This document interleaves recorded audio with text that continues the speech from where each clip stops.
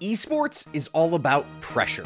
The best team in the world 2 years in a row, Luminosity. Pressure to clutch, pressure to improve, pressure to represent, and pressure to be the best there is. And while pressure can be a tool that motivates and helps players or teams dig deep and find something that they need to win, pressure can also be a detriment that slowly breaks down those same teams and players.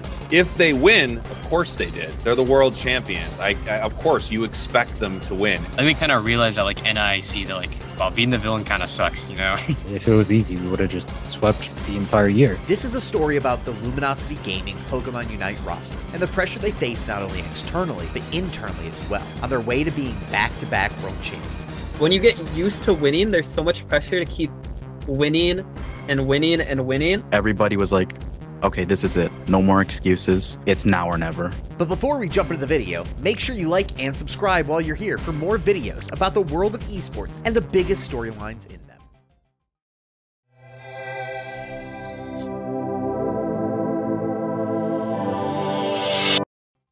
Winning Worlds for the Blackhand squad was a surprise. Blackhand is your world champion of Pokemon Unite, undefeated North America. Blackhand, look at them, the best team in the world. I mean, Kirill said it best on stage.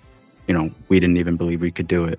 So we wanted to prove something to ourselves, and that's where it ended up being. An upstart young team that really stood out in the crowd, the team was comprised of some of the biggest players in the young esport of Pokemon Unite. Slashcan, Jungle Book, Kyrios, Elo, and possibly the best player in the world, Overlord. Winning the World's 2022 championship was something few people had on their pick'ems for the upstart squad, as they were not only underdogs, but not even the first choice for the North American region. But this team that had fought so hard to make it all the way to finals weren't even allowed to start enjoying their win after they secured it. While winning a championship is supposed to be a massive celebration, drama and stress started for the LG team almost immediately. We had a great time partying after, and on the airport, I get like a bunch of DMs about something that our coach did. Yeah, we kind of figured out very shortly after we won Worlds that we'd have to part ways with our coach, and that definitely took a big toll on us. With sexual assault allegations leveled at their previous coach, Blackhand was up against a wall before they even figured out what was going to happen during the offseason. In addition, the players who were still a part of the starting roster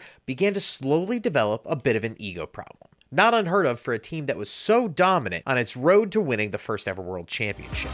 I'm not exactly sure if like my team still wants to all play together. I think if they were willing to go ahead and put in the time and effort and show up in the next one and win it again, I would be down. While this team was now back on the market as champions from the previous year, it was not an easy come down from the highs that they experienced in the previous World Series. This was not the same game, let alone the same competitive landscape as the 2022 ladders. After the previous season ended, Pokemon Unite hit a bit of a growth spurt, expanding the fledgling esport in ways to start bringing it in line with what most people would expect out of a competitive MOBA title. So Blackhand wins Worlds, and it was a dominant win. They were the champions of the world without question. But year two for Pokemon Unite had a lot of huge changes. So everyone in the West who won Worlds and were the runners-up from EU weren't playing the game as intensely as the Eastern teams. With the addition of draft mechanics into the game, new balance and map changes, Pokemon Unite was quite a bit different once the 2023 season began. I was tirelessly working to try to get esports orgs for us to sign to. We really wanted a tier 1 org. Luckily, we finally found Luminosity after the season started. The biggest earthquake in Pokemon Unite was about to happen, as the team was searching for a large tier 1 org to call home, and they shortly found it in Luminosity Gaming, the largest organization to enter the Pokemon Unite scene, bar none.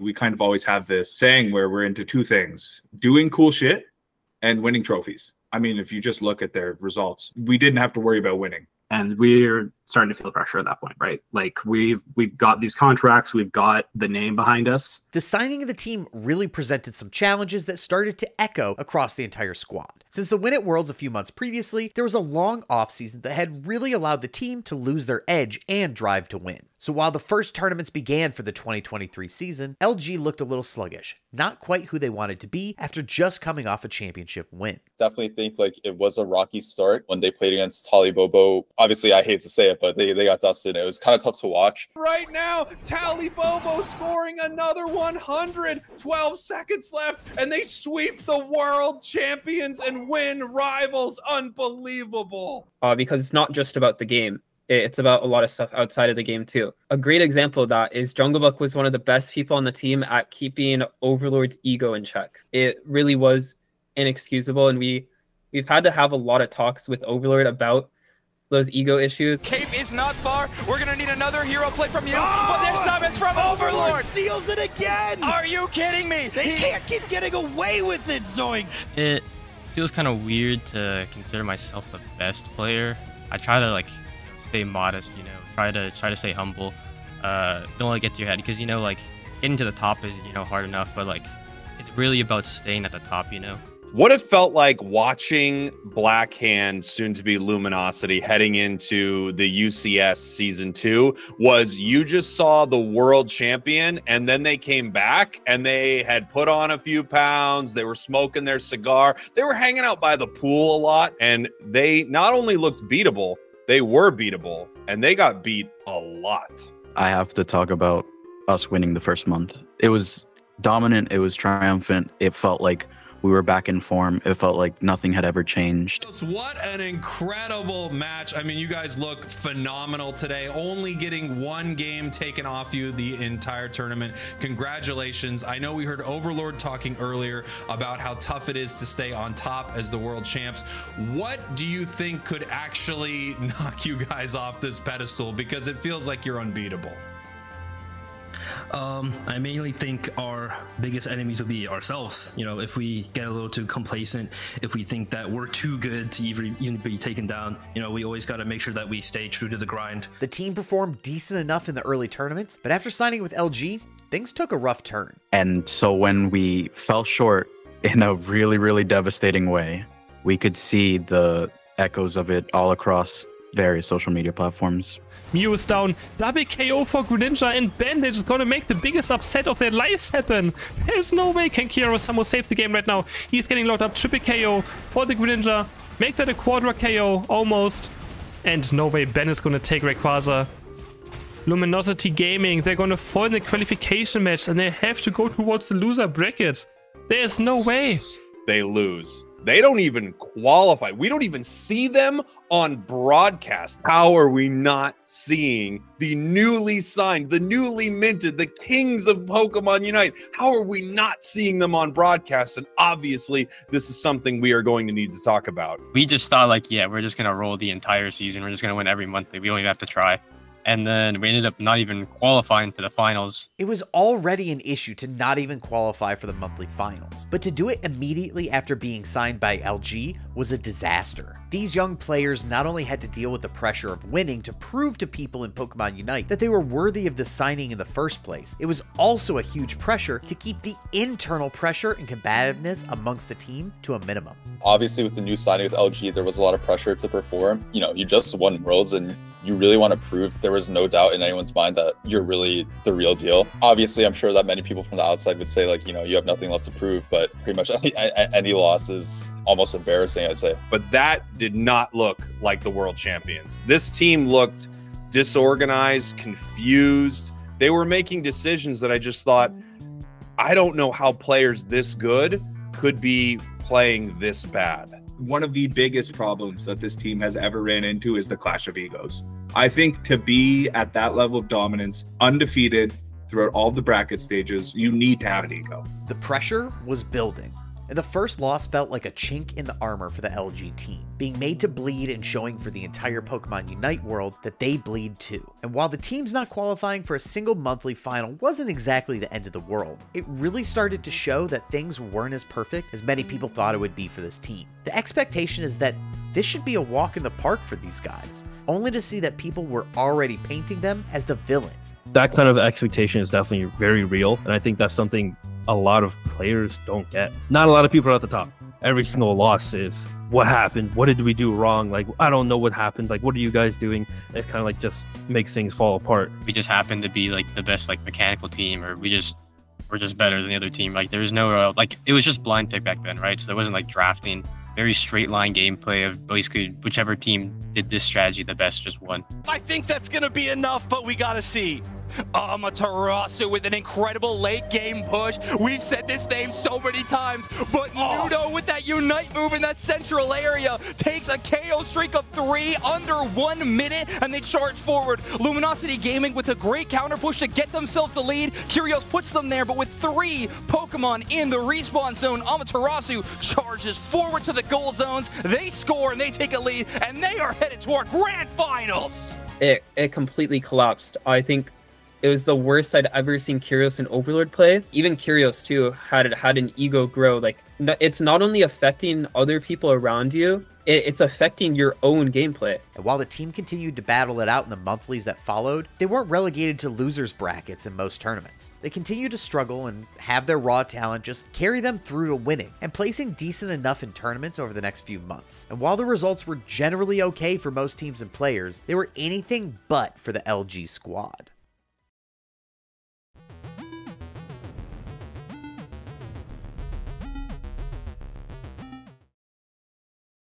I was just trying to deal with the symptoms because they were not going to listen to the root of the problem. With a change in the team roster with Rin joining, things seemed to start escalating quickly due to the mercurial nature of both Rin and Overlord combining. 2 extremely strong-willed and talented players who fought for time as the carry of the team. All the way up until Worlds, it felt like he was trying to get back into the state he was last year.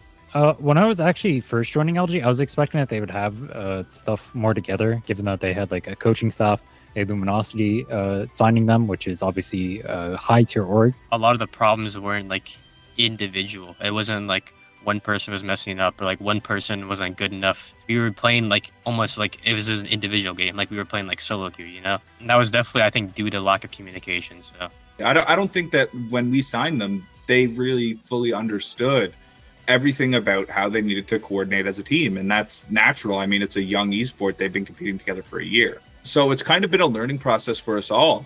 And while the team continued growing and developing, they were on a crash course for the tournament that would change the entire trajectory of what this team would hope to be able to accomplish. Hello everybody, here live at NAIC! Let's set the stage for regionals for a second. The first live in-person event for North America of the season. So all these teams are going to be live one time before they went to Worlds. Now, a lot was already decided as to which teams would be going to Worlds, but obviously this was the proving ground. We needed to see what it's going to look like when TTV, when Amaterasu, when Team YT, and of course the champs, Luminosity, all get together under one roof, play on almost zero lag, and we really get to see what happens when they're on the big stage. I said earlier on broadcast that day that I don't know if any team can beat Luminosity right now. I'd never seen them playing better until they hit the grand finals. Everything up until that grand finals set was looking like peak LG. Overlord's performance was just remarkable. He would be sitting in the opponent's jungle, like just invading them for like 3 minutes straight, getting 3v1, just ripping them with Dodrio, ripping them with Zoro. Basically, all it was like Overlord Zorak, and then everybody else was just watching it happen. So that was also another precursor to the grand finals, where he was basically trying to do everything by himself, and then the rest of us didn't even like get to do anything. 64 points going for TTV! This could be it! If TTV, if that was just enough, we're gonna watch this, flip the screens up, give me some energy right now. Ladies and gentlemen, TTV wins it! TTV wins it! Takes it! Hey, it might be Grimace's birthday, but there's no smiles on the side of purple. TTV are your NA Regional Finals champions! Woo! I don't know, it was kind of just like a realization, you know? Like at first, we kind of just didn't like accept it, right? I think in March, even though it was such like a bad like loss, we still didn't accept the fact that like, yeah, we don't care, we're still the best or whatever. We still won Worlds last year. That's when we all kind of realized like, we're not just gonna, you know, we can't just keep going on like the same path we've been going and expect to win Worlds. You know, like we can't just win just because we're, say, mechanically better than them like we did last year. There's a lot more like going into like this year that we have to improve on. After entering the grand finals as the only team that everybody wanted to beat, LG was faced with the cold hard truth. They had finally reached the point where their outsized skill would no longer be the only thing able to cover up the issues that laid under the surface for their team. When you lose, it just all you're thinking about is like what you could have done more to like make sure you didn't lose. Like there's just like these things that you're thinking about after losing. I just hate it. It's definitely a lot of pressure. A lot of, you know, I'd say, I guess, high expectations from a lot of people. I'm going bottom. I got it. Overlord ripping him apart right now. Lutano goes down. That's 3 down now for TTV. 3 down for TTV. You won't win if I have that character. We just like played ourselves essentially. So we would beat them for 8 minutes and then we just do something stupid and then just lose the game completely, right? So it's not like we're doing something completely wrong where we need to change everything, but it's like somehow, some way, something is just like slipping out from under our feet. Like it's actually a tragedy to lose like that, to where you feel like you outplay the enemy, but then you just throw the game for no reason. Knowing the starters and the guys pretty well, I think that they just felt like it was their series to lose. For many teams, getting second place in NA would be incredible. For at least most of the roster, just felt like an utter failure that they lost the grand finals, which is, you know, really sad to see. It felt like once Luminosity was exposed a little bit, they couldn't carry against them, and it was just that moment where Luminosity was totally in quicksand. You had the world champs right there, not able to beat them. They couldn't do it. And the question was, after a loss like this, is there any way that this team can win the world championships? And I think a lot of people thought, no, it can't happen. Team TV somehow wins this thing in a bracket reset against the world champions. Going from the team who last... I just think that the tensions being quite high and, you know, arguments between players is definitely natural, but I do think that's like especially a problem on our team. And it was a pretty depressing time overall because I think all of the players had gotten ahead of themselves. I would have, if I was in their position. I mean, you're fucking winning everything. And then they kind of got stomped in grand finals, in all honesty. And that's a pretty depressing loss to take. And I think that's when a lot of the conversations around bringing Junky in started.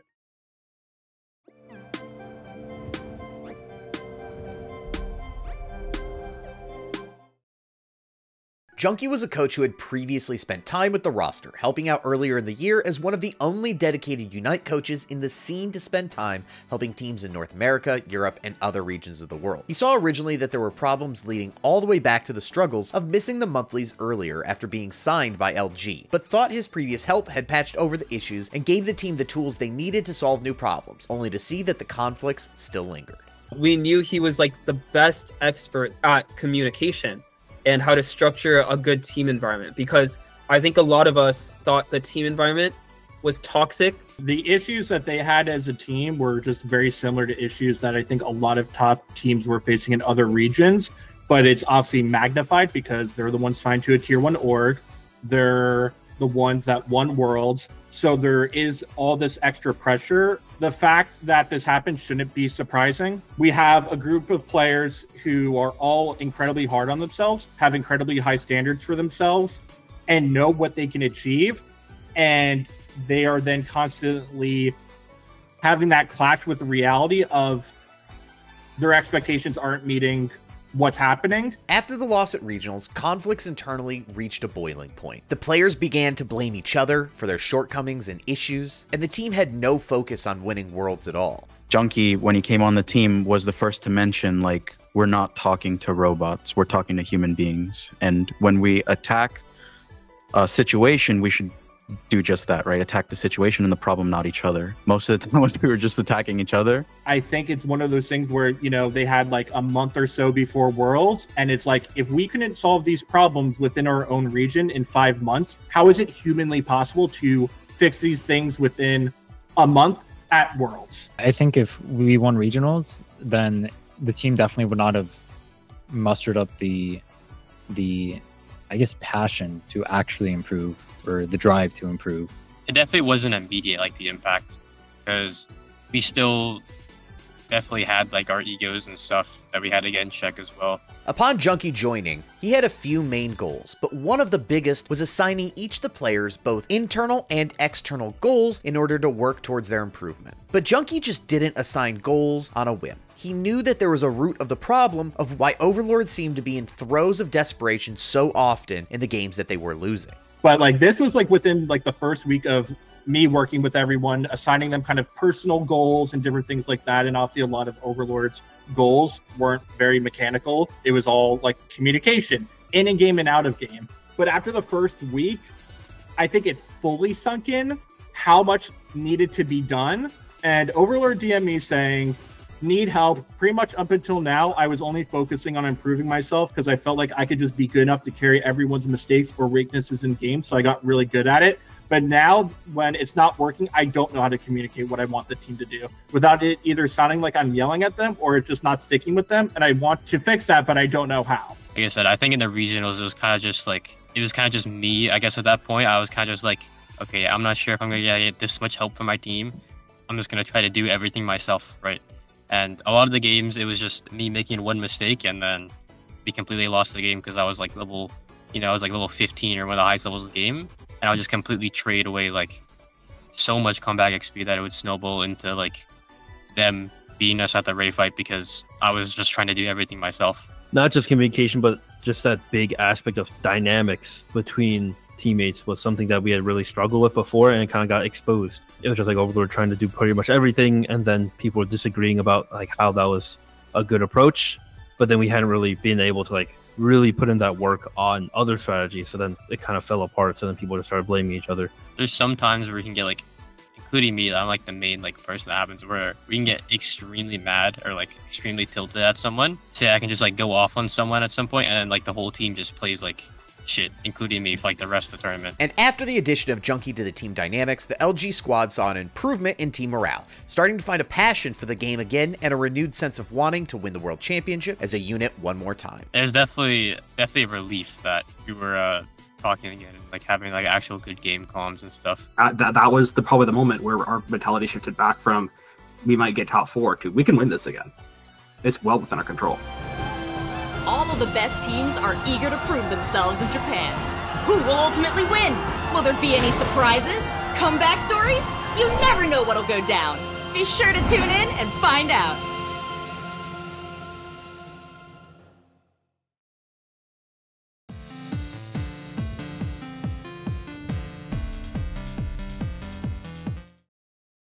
The World Championships were finally upon the team. After a month of training and repairing fractured bonds amongst teammates, Luminosity Gaming had one opportunity to step to the plate and prove that they were once again the best team in the entire world. With the help of Junky, the entire LG support staff, Lazadin, Morning, and the rest of their supporters, the team took their newly practiced Venusaur comp and a repaired sense of teamwork into the fray against some extremely tough competition.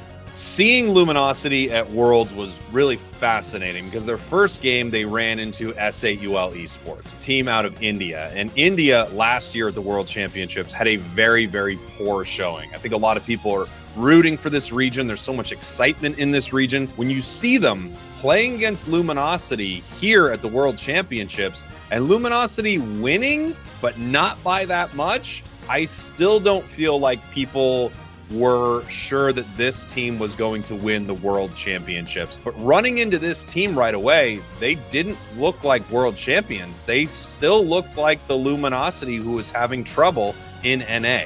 There's 28 seconds left. Luminosity's on top of this right quiz. It's about half HP. 20 seconds, we're looking to rush. SAUL's all in the middle. This is going to be a flip scenario. Everybody's in the middle, going to throw their moves. We're at about 10%. We're going to see who gets it. LG gets it. They need to scramble and score. They've got the shields. They've got the look in their eyes, and they can get it done right here, Spraggles. Get those burgers in.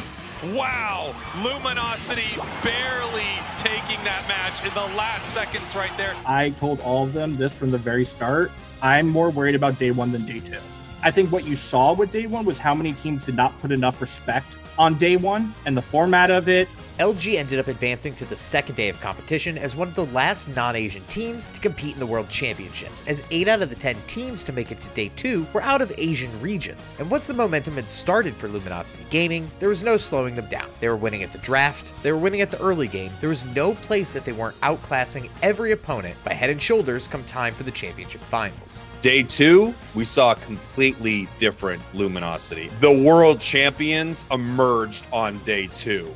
You get to see them in the cameras right there. Overlord just laughing like, hey, I remember this. You love to see it. What a beautiful repeat. The Luminosity fans out in strength. The entire season was their story of being broken down again and again, losing again and again. And then day 2, you saw it. This Luminosity was better than the Luminosity who won Worlds in year 1. I remember being backstage watching some of the games I didn't get to cast, and people must have thought I was crazy because I was screaming like, "Yay, Luminosity, go!" Do they have anybody in position? No! That looks like that's going to be it. No chance. It goes in, and Luminosity, your current world champions, are moving to the grand final! After defeating Oyasumi Makaro, LG made their way to the grand finals, having dropped virtually no maps to opponents, looking both dominant in the way that they wanted to play the game, but in a complete reversal of what the team looked like a month previously at regionals. They seemed to be talking, laughing, and more like the championship team of 2022. And once they were hot, you couldn't beat them. In fact, as they went into the grand finals, it really felt like the other team already knew they lost. In Game 3 of Luminosity versus Omo Abyssinian, it was just them putting on a show. I remember looking at my casting partner, Doob Snacks, at one point, just thinking Luminosity was the best team in the world, and it wasn't even close. You can't smash a mountain, you can't bury the sea, and you can't stop LG. That's an ace in Game 3 of the Pokemon Unite World Championship Grand Finals. Incredible as the points rain in on this main goal zone. Luminosity with a flawless performance here today, 2-0ing every single team on their way to the grand finals. Luminosity from North America, let's go! LG stands for let's go. You're not wrong there, Spraggles. LG said, making it back, we never left. Are you joking? LG has not looked like this team at all this year. An absolutely dominant performance from Luminosity.